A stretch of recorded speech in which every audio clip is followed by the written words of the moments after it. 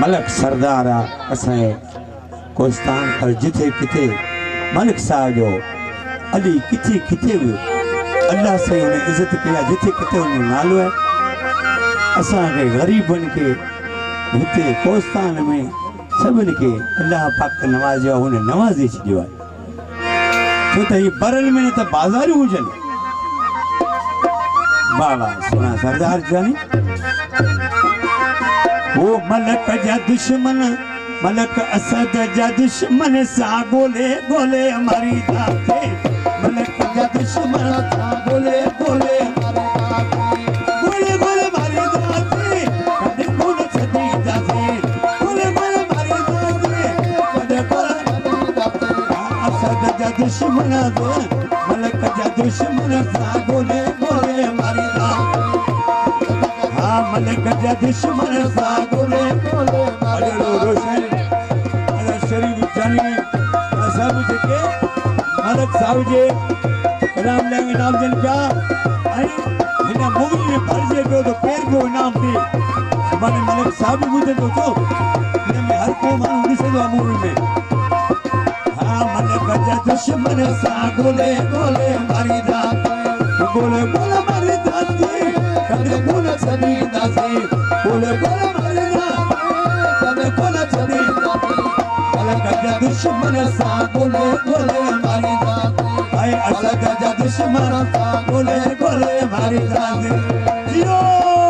मलक साहब सरदार जिंदाबाद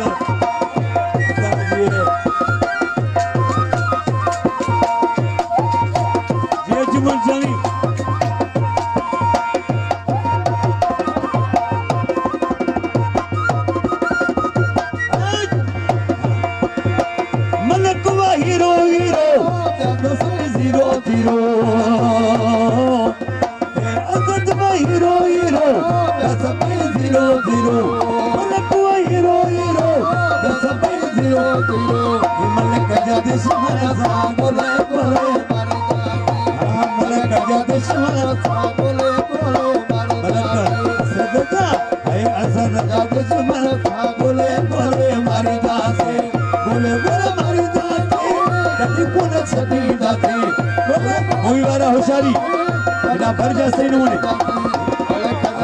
रोशन जानी दोस्ती ना होंगे क्या ये मलक जा दुश्मन सा गोले गोले हमारी दात सरदार दुश्मन सा गोले गोले हमारी दात ये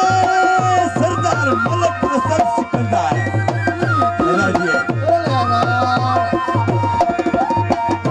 जी रोशन जानी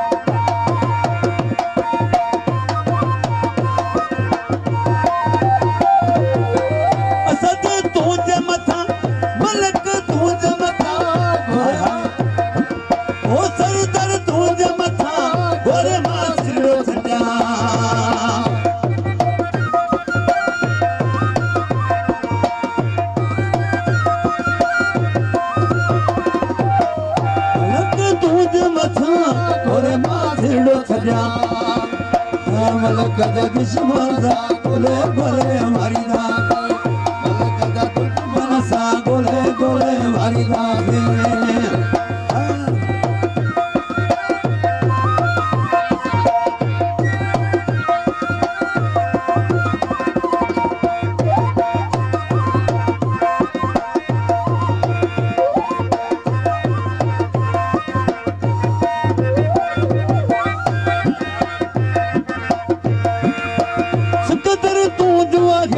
वसाने भेजो नाए